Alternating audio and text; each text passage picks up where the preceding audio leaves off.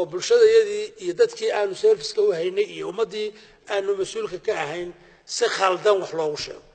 sababtoo ah iyadoo aan meesha biyaba jirin yaa dadka waxa lagu jahwareeriyay ma wadadan uu ka baxayaa mise tan dadka loo sheegi maayo inaan biyihii la soo saarayaaba jirin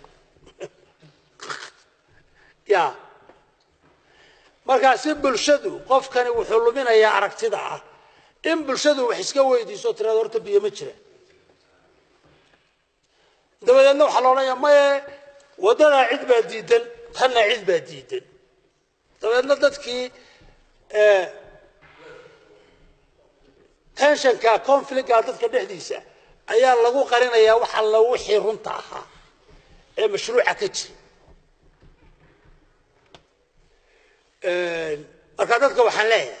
horta inta aan wadadaba laga hadlin horta meesha biyo ma jiraan mise ma jiraan kuweyshanka meesha ilaa wadaba uma baahna biyihii haddaanay biyo meeshii jirin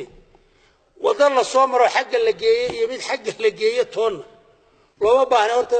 waa inaynu ogaanaa in meeshii biyo jiraan haddaan wasiirkii wasaaradda biyaha waxaan idin leeyahay biyaha Hargeysa la keenaa ma jiraan